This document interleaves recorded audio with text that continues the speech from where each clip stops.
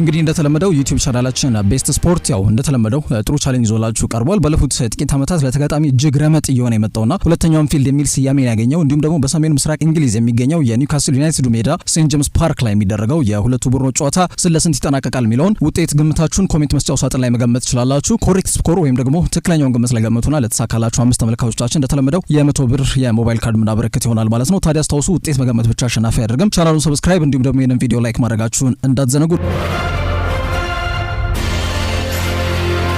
ዓለማችን ላይ ሰፊ ተከታታዮች ያሉት ተወዳጁ የእንግሊዝ ፕሪሚየር ሊግ 6ኛ ሳምንቱ ላይ ደርሷል። ይህ ሳምንት ተጠባቂው ጨዋታ ደግሞ አርሰናል በሁለተኛው አንፊልድ እየተባለ ወደሚጠራው ወደ ሴንት ጄምስ ፓርክ በማቅናት ከኒውካስል ዩናይትድ ጋር የሚያደርጉት እጅግ ተጠባቂ ጨዋታ ይጠብቃል። እኛም የዛሬውን ስፖርት ሜዳ ጥንቅር የዚህ ጨዋታ ላይ ትኩረቱን በማድረግ ጨዋታውን ለመዳሰስ ወደድን። አብራችሁን ቆዩ። St James's Park, full of controversy. Arsenal are not happy about it. It's a disgrace. It's embarrassing. It's not acceptable. Enough of that. The Geordie boys are taking over. Is you ready? Yeah, I'm ready. No chance. This is North London. Time is now. Don't sweat it. 10,000 now. This means everything. Come on. It's game time. Bring it on.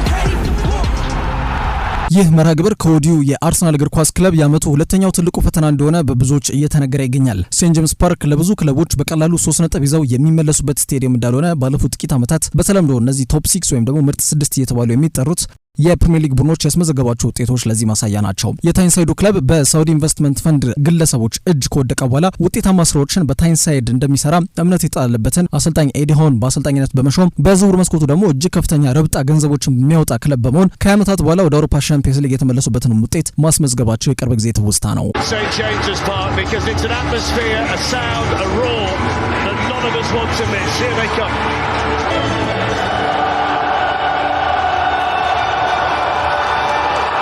That's what it means to the supporters of Newcastle United to be back in the Champions League and playing here at St James's Park. የታይንሳይዱ ክለብ ኒውካስል ዩናይትድ አሁን በሊጉ ለመትረፍ ብቻ ጥረት የሚያደርግ ቡድን አይደለም።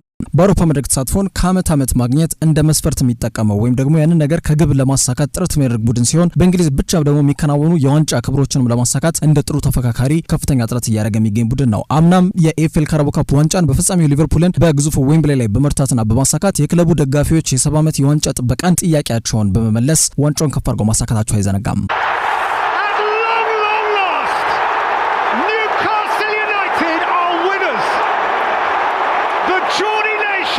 Has its hands on a trophy. Eddie Howe can walk on the River Tyne. 56 years since the last time. 7 long decades since last they painted Wembley black and white. The curse is broken. The famine is at an end. All the lads and lasses there.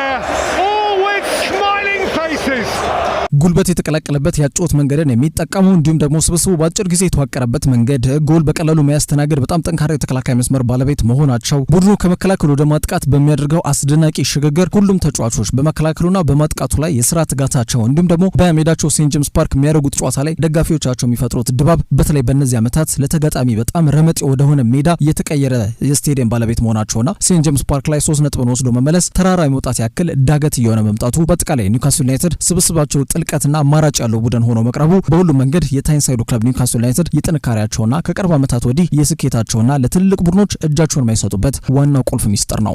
Truly this is a most magical fixture. This place, these people and their local heroes. The game, yes, of Keegan and Collymore closing in.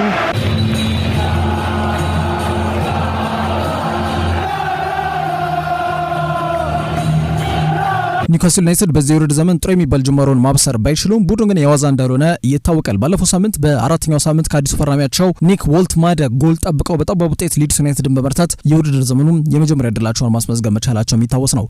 ከዛም በአውሮፓ ሻምፒዮንስ ሊግ በሜዳቸው በባርሴሎና ሽንፈት ሲያጋጥማቸው በበርንማውዝ ጋር ደግሞ ቀዝቃዛ በነበረው ጨዋታ ምንም ጎል ሳይቆጠርበት 0-0 ናቸው ውጤት ጨዋታቸው ማጠናቃቸው የሚታወስ ነው። ስለዚህ ከዛሬው መርሃ ግብር ላይ እንግዲህ ሙሉ 3 ነጥቡን በሜዳቸው ላይ ለማስቀረት ከፍተኛ ትግል ከፍተኛ ጥረት ማድረጋቸው እንደማይቀር ይገመታል። ኒውካስልና አርሰናል ያለፉት የቅርብ ግንኙነታቸው ሽኩቻ የሚበዛበት በአወዛጋቢና በአጨቃጫቂ ውሳኔዎች የተሞላ ከፍተኛ ትንቅንቅ የሚታይበት ጨዋታ እየሆነ መጥቷል። የዛሬውም ግንኙነታቸው ከዛ የተለየ መልክ ላይኖረው እንደሚችል በብዙዎች ተገምቷል።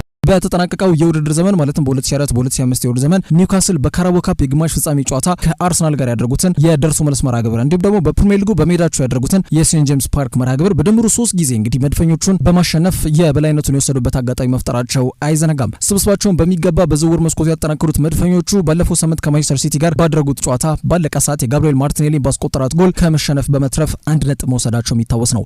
ሚኬል አርቴታ በዚህ ዓመት ትልልቅ መርሃ ግብሮችን በሚያከናውንበት የጨዋታ ቅርጽና አቀራረብ ብዙ ያስተቸው ይገኛል። በተለይ አማራጭ ያለው ጥልቀትና ጥራቱ ሰፊ የሆነ ስብስብን ይዞ ጨዋታ ለማሸነፍ መጀመሪያ ጥረት የማያደርግበት መንገድ ለብዙዎች እንቆቅልሽ እንደሆነ ቀጥሏል። በዛሬውም ጨዋታ 2 መንታ ሀሳቦችን ይዞ ጨዋታውን ሊያደርግ እንደሚችልም ተገምቷል። What is the intention? What is the purpose of that? Because I heard a lot of things using my phone. They could not believe what we did to Manchester City. And people that are coaches, managers, CEOs, presidents, so proud. And I look at the players and the people around, so I'm much more filled and fueled with that with other ones that they want to make that. ከቡድን ዜናዎቻቸው ጋር በተያያዘ ባለሜዳው ኒውካስል ዩናይትድ ቤት በመሃል ተከላካይ መስመር ተጫዋቹ ስዊዘርላንዳዊ ፋቢያን ሼር በጭንቅላት ምክንያት ጨዋታው እንደሚያልፈው ሲረጋገጥ በቀኝ መስመር ላይ ኪረን ትሪፒና ቫሌንቲኖ ሊቭራሜንቶ የቋሚ ተሰላፊነት ዕድል ለማግኘት ይፎካከራሉ ተብሎ ይጠበቃል። በካራቦ ካፕ የሶስተኛ ዙር ጨዋታ በሳምንቱ አጋማሽ ሲያከናውኑ እረፍት የተሰጠው የቡድኑ አምበል ብሩኖ ጊማሬሽ ከሀገሩ ልጅ ጆኤሊንተንና ከጣሊያናዊ ሳንድሮ ቶናሊ ጋር የተለመደውን የአማካይ መስመር ጠንካራ ጥምረታቸውን ይዘው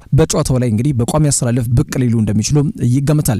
በፊት መስመር ላይ አዲሱ ፈራሚያቸው ኮንጎሊዙ ዮሐን ዊሳ ጉዳት ላይ ስለሚገኝ የዛሬው ጨዋታ ያልፈዋል። በአዲሱ ሪከርድ ግዢያቸው ጀርመናዊው ኒክ ወልትማደ እየተመሩ እንግዲህ ጨዋታቸውን ያደርጋሉ ተብሎ ይገመታል። ኒክ ወልትማደ በጣም ከፍተኛ የዝውውር ሂሳብ የወጣበት ተጫዋች እንደሆነ ይታወቃል። ታዲያ አስገራሚ በሆነ መንገድ እንደ አርያ ያዩ ያደግኩት እንዲሁም ደግሞ ማደንቀው ተጫዋች ከሃቨርትዝ ነው ብሎ መናገሩ አይዘነጋም። ይህንን በተናገረ ማግስት ሃቨርትዝ የሚጫወትበት ክለብ አርሰናልን በተቃራኒ ሆኖ ለመጀመሪያ ጊዜ የሚያገኝ ይሆናል ማለት ነው። ይህንን ተጫዋች በማጀብ ረገድ በማጥቃት እንቅስቃሴ ላይ አንቶኒ ላንጋና ጄኮብ ራምሴ ቀዳሚ ተመራጮች ሊሆኑ ይችላሉ ተብሎ ተገምቷል። ወሳኝ የምትባለውን 3 ነጥብ በዛው ሴንት ጄምስ ፓርክ እንድትቀር ለማድረግ ኒውካስል ዩናይትድ ሁሉም ተጫዋቾች ከፍተኛ ጥረት ያደርጋሉ ተብሎ ይገመታል።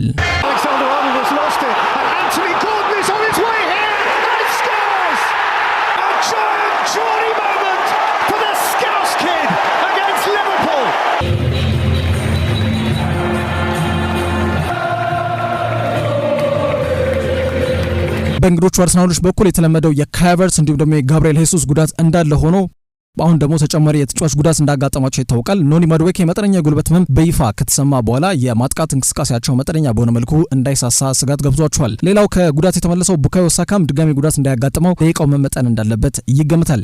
በሳምንቱ አጋማሽ በካራቦ ካፕ ፖርት ቬለን 2-0 በሆነ ውጤት ሲያሸነፉ 60 ደቂቃ ላይ ተቀይሮ ከሜዳ ለመውጣት መገደዱ አይዘነጋም። በዛሬው ጨዋታ የቀይ መስመሩን የማጥቃት እንቅስቃሴም በቋሚነት በመሰለፍ ይጀምራል ተብሎ ይገመታል። ካለፈው ሳምንት የሲቲ ጨዋታ የተሻሻለ ያጮት ስትራቴጂና መንገድን ለመከተል ሚኬል አርቴታ ካሰበ ለኤብሬቺ ኤዜ ቋሚ ተሰላፊነትን እድል ይሰጧል ተብሎ ይገመታል። በሶስተኛው ሳምንት ድጋሚ የተከሻ ጉዳቱ ያገረሸበት የቡድኑ አምበል ማርቲን ኦዴጋርድ እስካሁን ድረስ ወደ ሜዳ ያልተመለሰ ሲሆን ለዛሬው ጨዋታም የመድረሱ ነገር አጠራጣሪ ስለመሆኑ ተገልጿል። ማርቲኔሊ ከሰሞነኛው የሱፐር ሰብ ኳሊቲ ወይም ደግሞ ተቀያሪ ወንበር ላይ ተነስቶ ከሚያሳየው ልዩነት ፈጣሪ እንቅስቃሴ ተከትሎ እንግዲህ የቋሚ ተሰላፊነት ሽልማትን ቢጠብቅም ሚኬል አርቴታ ግን ተጫዋቹ አሁንም ይህንን ተቀያሪ ወንበር እየተነሳ ያለው ልዩነት ፈጣሪ እንቅስቃሴ ሊሻ እንደሚችል ይገመታል። መድፈኞቹ ከሜዳቸው ውጪ በትልቅ ጨዋታዎች ላይ የሚያሳዩት አቋም ጥያቄ የሚያስነሳው ነው እንደቀጠለ ይገኛል። በዛሬው መርሃ ግብር 3 ነጥብ ለማሳካት የትኛውን ተገማች ያልሆነ ያጮት መንገድ ይዘው ይቀርባሉ የሚለው ጉዳይ ይጠበቃል። ሳካ ካዮ ሳካ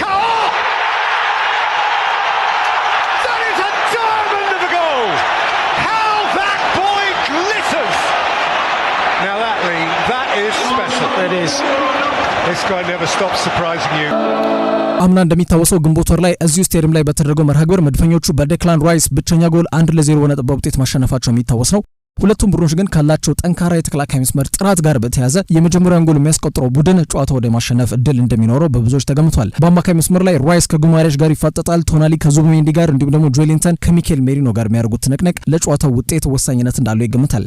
ከዚህ ጨዋታ ሙሉ 3 ነጥብ ማሳካት የሚለው ጫና ከኤዲሆ ይልቅ የዋንጫ ጥያቄ ያለበት ሚኬል አርቴታ ላይም እንደሚሆን ይገመታል። የሁለቱ ቡድኖች የታሪክ ማህደር ሲገለጥ በ2011 ሴንት ጄምስ ፓርክ ላይ በተደረገው መርሃ ግብር 4-0 በሆነ ውጤት ሁለቱ ቡድኖች ጨዋታቸውን ሲያጠናቅቁ አርሰናል በመጀመሪያው አጋማሽ 4-0 በሆነ ውጤት እየመራ የነበረው መርሃ ግብር ሁለተኛው አጋማሽ ላይ 4 ጎሎች ተቆጥሮበት ባቸው ውጤት ጨዋታውን ያጠናቀቀበት አጋጣሚ አይዘነጋም። አርሰን ቬንገር ጨዋታውን እየመሩ በነበረበት ሂደት ላይ የወሰኗቸው የተጫዋቾች ቅያሬ በትልቁ ዋጋ እንዳስከፈላቸው የሚታወስ ሲሆን ኮትዲቫሪያው ከዚህ ዓለም በሞት የተለየው ቼክ ቲዮቴ አስደናቂ የሆነ ምት እንግዲህ በግራ እግሩ ከ23 ሜትር ርቀት ላይ ወልሼክ ሼዝኒ ላይ ያስቆጠራት ጎል ሁሌም አትዘነጋም። What does Joey Barton have up his sleeve here? It's dealt with. Tiote!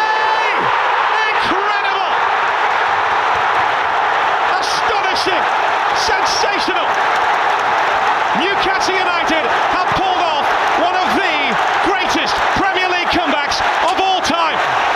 እንግዲህ ዛሬ ሁሉም አይኖች 52303 ደጋፊዎችን መያዝ በሚችለው ሴንት ጄምስ ፓርክ ላይ እንደሚሆን ይገመታል። ሽኩቻዎች በተደጋጋሚ የሚንጸባረቁበት ስህተት ከተሰራ ዋጋ ለማስከፈል ዝግጁ የሆኑ ጥራት ያላቸው ተጫዋቾች እርስ በርስ ጨዋታቸውን የሚያደርጉበት የስድስተኛው ሳምንት ትልቁ መርሃ ግብር የሆነው የሁለቱን ክለቦች ትንቅንቅ አዘል ጨዋታ የመዳኘቱን ኃላፊነት ጄሬድ ግሌት ተረክቧል። ማን ያሸንፋል? የደጋፊዎቹን የ21 ዓመት የዋንጫ ጥያቄ ለመመለስ የአርሰናል ጉዞ ላይ የተደቀነውን ከባድ ፈተና እንዴት ይሻገሩታል? ኒውካስሎችስ ወደ መነቃቃት ለመመለስ እንዲሁም ደግሞ በሜዳቸው 3 ነጥቡን የማስቀረጥ ልምዳቸውን በመጠቀም አሸናፊ ሆነው ጨዋታቸውን ለማጠናቀቅ የሚያደርጉት ጥረት ከወዲሁ ብዙዎችን ትኩረት ስቧል። ጨዋታው አመሻሽ 12 ሰዓት ተኩል ሲል በይፋ ይጀምራል።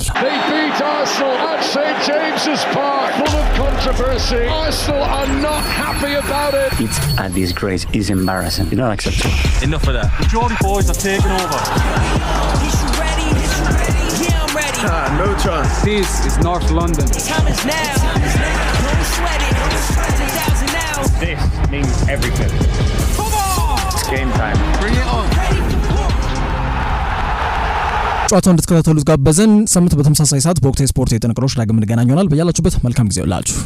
እንግዲህ እንደተለመደው ዩቲዩብ ቻናላችን ቤስት ስፖርት ያው እንደተለመደው ጥሩ ቻሌንጅ ይዞላችሁ ቀርቧል። ባለፉት ጥቂት ዓመታት ለተጋጣሚ እጅግ ረመጥ እየሆነ የመጣውና ሁለተኛውን ፊልድ የሚል ስያሜን ያገኘው እንዲሁም ደግሞ በሰሜን ምስራቅ እንግሊዝ የሚገኘው የኒውካስል ዩናይትድ ሜዳ ሴንት ጄምስ ፓርክ ላይ የሚደረገው የሁለቱ ቡድኖች ጨዋታ ስለስንት ይጠናቀቃል የሚለውን ውጤት ግምታችሁን ኮሜንት መስጫው ሳጥን ላይ መገመት ትችላላችሁ። ኮሬክት ስኮር ወይም ደግሞ ትክክለኛውን ግምት ላይ ገምቱና ለተሳካላችሁ 5 ተመልካቾቻችን እንደተለመደው የ100 ብር የሞባይል ካርድ ምናበረከት ይሆናል ማለት ነው። ታዲያ አስታውሱ ውጤት መገመት ብቻ አሸናፊ አያደርግም። ቻናሉን ሰብስክራይብ እንዲሁም ደግሞ ይሄንን ቪዲዮ ላይክ ማድረጋችሁን እንዳትዘነጉ። ለሁላችሁ መልካም ድል በመመኘት ጨዋታውን እንድትከታተሉ በመጋበዝ እኛ እዚህ ጋር ተሰናበትን።